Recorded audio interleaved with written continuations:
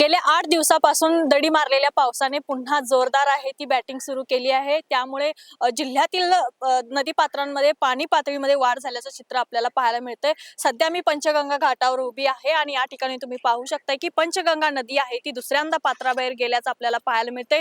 जी नदी पात्रातली जी मंदिर आहेत ती देखील सध्या आता पूर्णपणे पाण्याखाली गेल्याचं आपल्याला पाहायला मिळते। गेल्या जुलै महिन्यामध्येच आहे ती पंचगंगा आहे ती पहिल्यांदा पात्राबाहेर गेली होती। त्यानंतर सतत 10 ते 15 दिवस आहे तो पावसाने जोर धरला होता।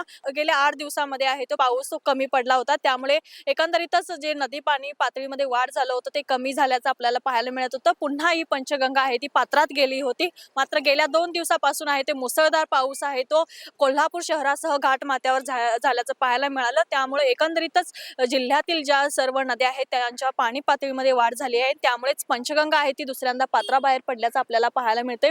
सध्या पंचगंगेची पाणी पातळी राजाराम बंधारा येथील 31 फूट 4 इंच इतकी आहे आणि एकंदरीतच पाहायला गेलं तर राजापूर असेल, इचलकरंजी असेल, सिरोळ असेल, येवलूस यासह अनेक 25 बंधारे आहेत ती पाण्याखाली गेलेले आहेत। त्यासोबतच राधारंगरी धरण आहे ते 86% भरल्याचं आपल्याला पाहायला मिळते। त्यासोबतच जिल्ह्यातल्या जे काळमवाडी अशा अनेक धरणे आहेत ती 50% भरली आहेत। एकंदरीतच पाहायला गेलं घाटमाथ्यावर आहे तो मोठ्या प्रमाणात पाऊस आहे तो सुरू आहे। त्यामुळे राधानगरी धरण आहे ते येत्या 2 दिवसात 100% भरण्याची शक्यता आहे। त्यामुळे जर हे धरण 100% भरलं तर जे स्वयंचलित दरवाजे राधानगरीचे आहेत ते उघडण्याची शक्यता आहे। त्यामुळे एकंदरीतच जर ही दरवाजे उघडली तर नदीपात्रामध्ये पाण्याची वाढ होण्याची देखील शक्यता आहे ती वर्तवली जात आहे।